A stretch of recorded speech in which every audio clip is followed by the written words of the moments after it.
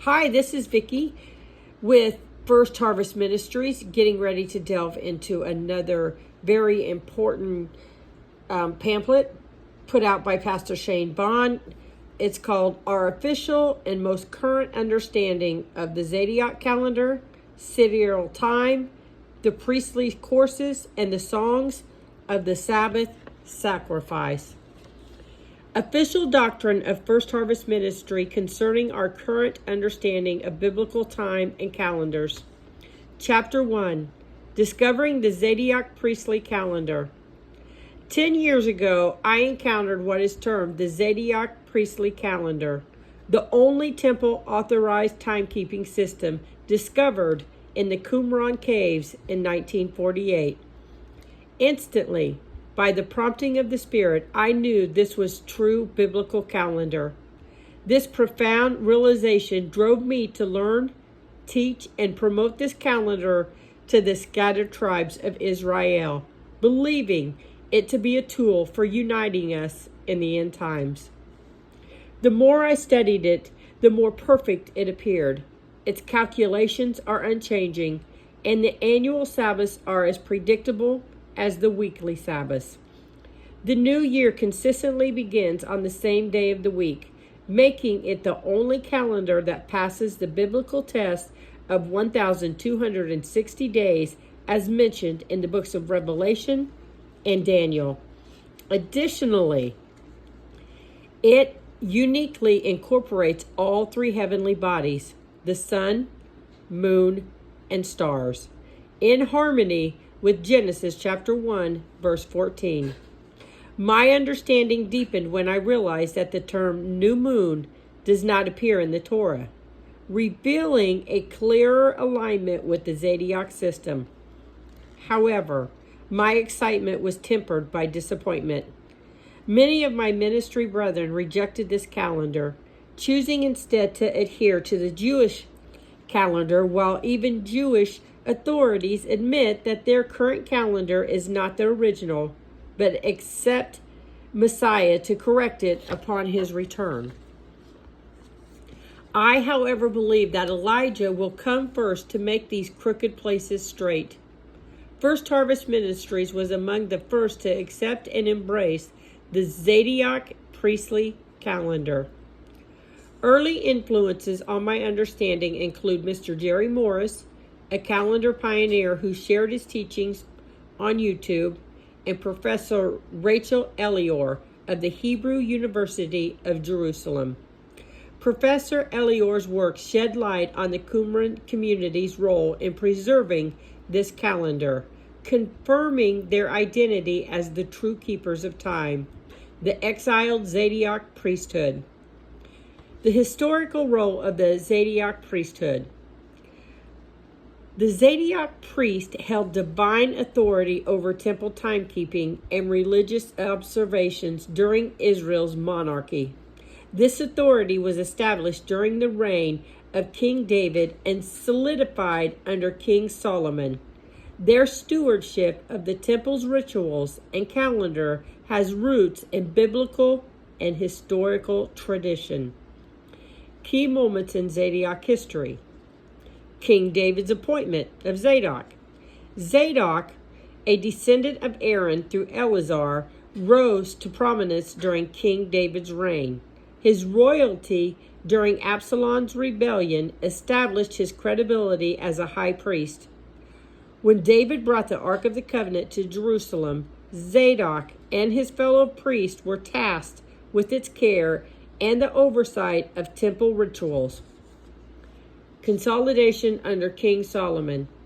Solomon further established Zadok's authority by removing Abiathar, a rival priest, and appointing Zadok as the sole high priest. That's in 1 Kings chapter 2, verse 35.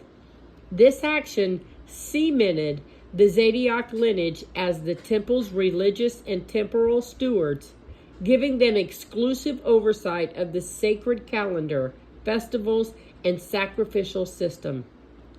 The Zodiac calendar and timekeeping.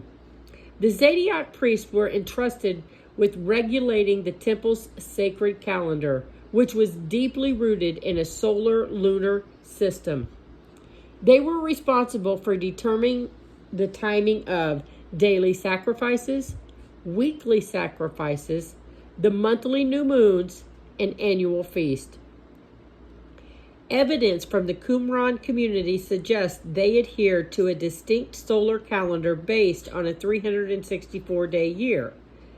This system aligns with the teachings found in the Dead Sea Scrolls and reflects the Zodiac tradition of timekeeping. Legacy of the Zodiac priesthood. The Zodiacs maintained their authority over temple rituals and timekeeping until the Second Temple period. Even after the Babylon exile, their influence persisted through leaders like Ezra and during the Hellenistic and Hamsonia periods. Though later priestly factions like the Pharisees and the Sadducees gained prominence, the Zodiacs' legacy as stewards of Israel's sacred calendar remains foundational. Chapter 2. My frustrations.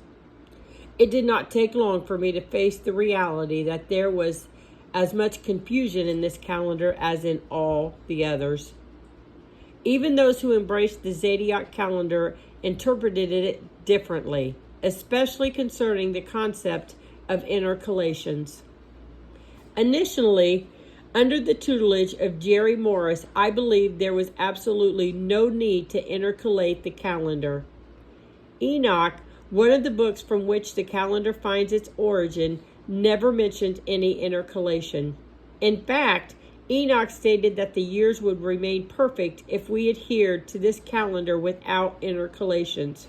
For 3 years, I firmly defended this understanding. However, reality struck. If the Zodiac calendar were kept according to Enoch's instructions over many years, Passover would eventually occur in the winter. Why? Because the Zodiac calendar accounts for only 360 days annually.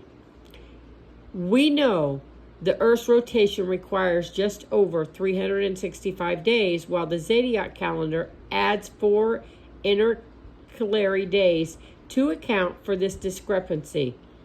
These days are not included in the counting of holy days, and it still leaves a missing day, the 365th day. This doctrinal position letter does not aim to delve into the technologies of intercalation. Rather, it seeks to explain our journey in understanding holy time. Now to the problem. If Enoch did not prescribe intercalation, and there is no explicit Bible command to do so, why do we encounter untenable issues without it? For example, Moses teaches that the first day of Abib, or the new year, should align with the ripe barley in Jerusalem. Without intercalation, it does not take long for the calendar to fall out of sync with the agricultural reality of Abib. The dilemma. I faced a profound dilemma, reality versus faith in the Enoch calendar. I was convinced of the calendar's truth, but also recognized the undeniable reality of its limitations. Was there an answer?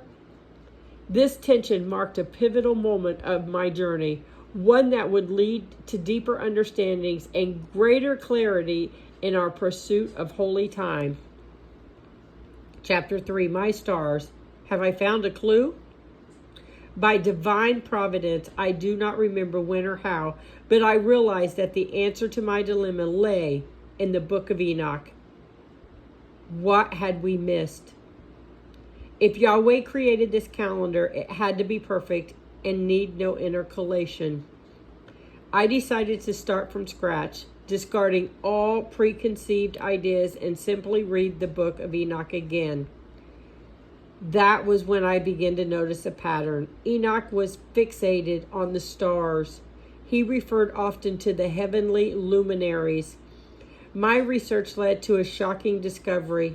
In ancient civilizations, days were often counted using what is known as star time rather than solar time. The proper term for this is sidereal time, and the subject is beyond fascinating. I will explain the difference between star time and solar time later in this letter.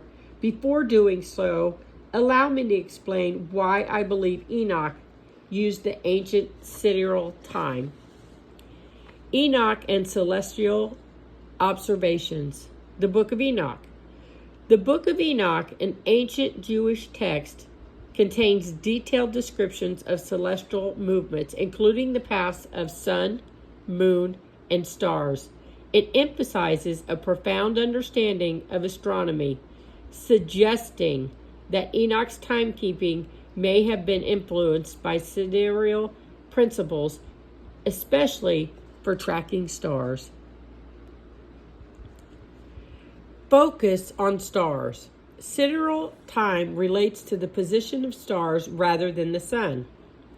The Book of Enoch discusses the courses of the heavenly luminaries in terms that could align with sidereal time, such as dividing the year into specific cycles of celestial movements. Alignment with ancient practices. Ancient societies often observed the stars for agriculture and religious purposes. If Enoch lived in such a society, he might have tracked time using star positions, which are inherently tied to sidereal time. Why sidereal time makes sense. Predictability of stars. Sidereal time is extremely precise for tracking star movements, making it valuable for navigation or aligning rituals with celestial phenomenon. Pre-solar timekeeping. Early human civilizations may have relied more on sidereal cycles before formalizing solar-based calendars. Enoch's role as a watcher. Enoch is described as a scribe and watcher who studied divine and celestial mysteries.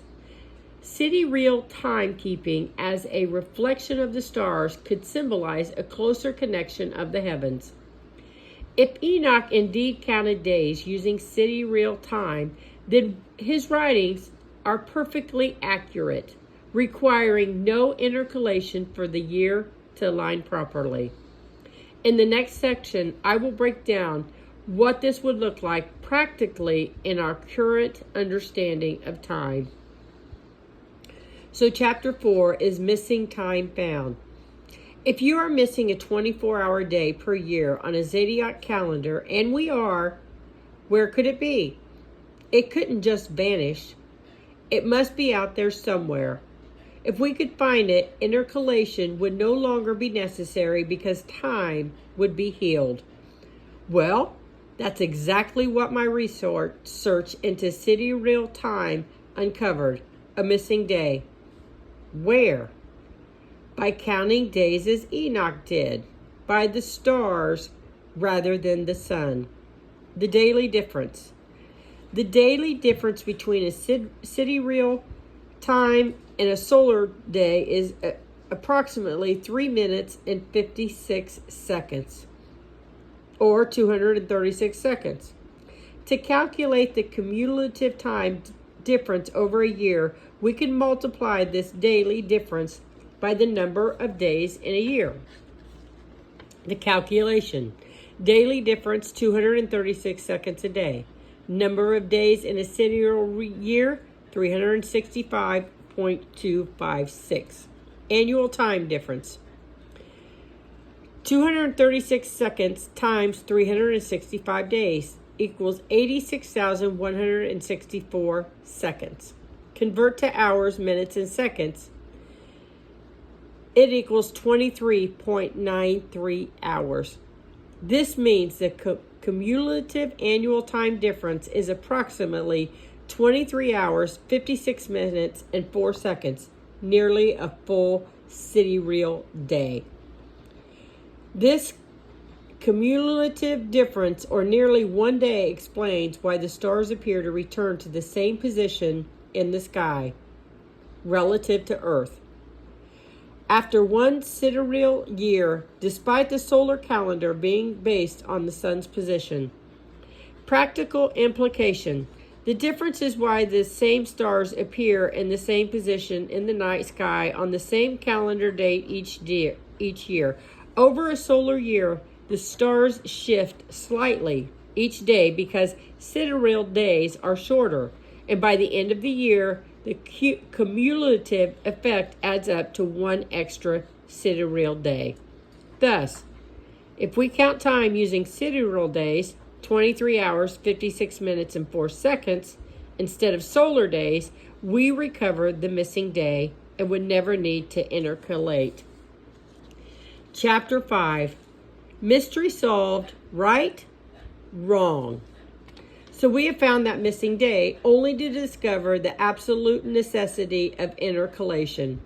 Why? Because mankind does not count days by stars as Enoch did. We count by the sun.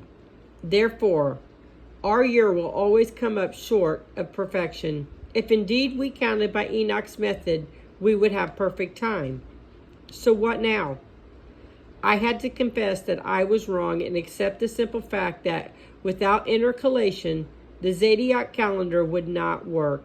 Thus, I agreed to begin intercalating by adding a full week every 7 years so that time would catch up with itself.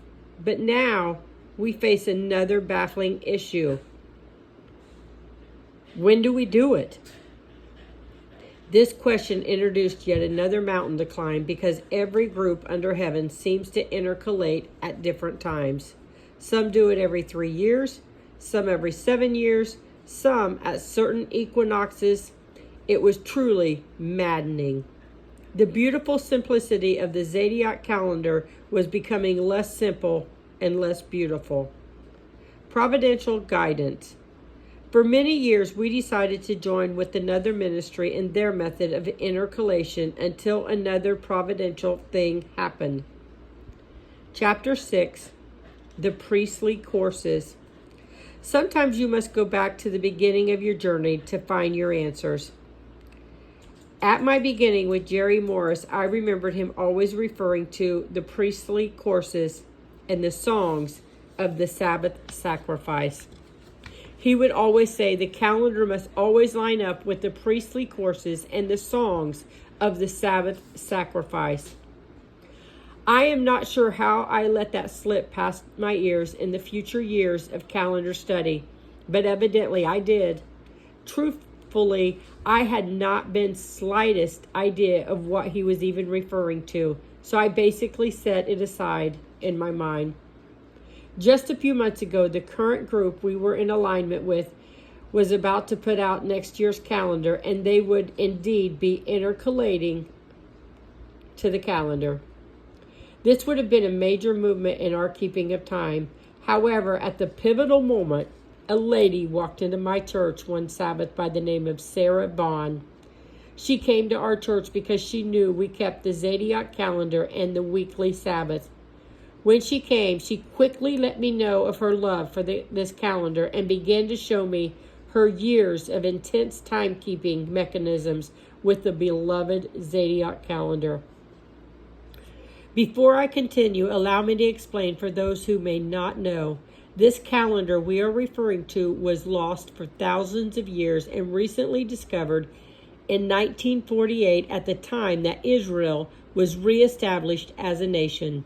This calendar had been preserved by the beloved zodiac legitimate priesthood of the Holy Temple. They alone were authorized to maintain holy time, and this is what they did so faithfully in those desert sands. Sarah asked me when we plan to start our new year in 2025. When I told her, I saw a disappointed look on her face. She said, "Y'all are intercalating at the wrong time." Well, who did this little lady think she was? I briefly thought, but immediately I felt that gentle prompting of the Holy Spirit I had felt 10 years earlier when I first found this calendar. He spoke to me to listen to her, and so I invited her into my office for an in-depth conversation. I asked her why she thought we were intercalating wrong, and she said the words that rang true in my spirit. She said the exact same words that I heard Jerry Morris say so many times. Pastor, you are not lining up with the priestly courses. I somehow knew she was right, even though I didn't understand. I knew the revelation of the priestly courses. So I asked Sarah to explain these priestly courses to me. This is what she taught me. The legitimately authorized timekeepers worked in courses or shift work, and these were known as the priestly courses. For nearly 1,000 years, immaculate records were kept by the holy priest of Israel, the Zadokites. From the time of King David, in those records of their annual courses of shifts at the temple, the recording of their intercalations was kept perfectly intact.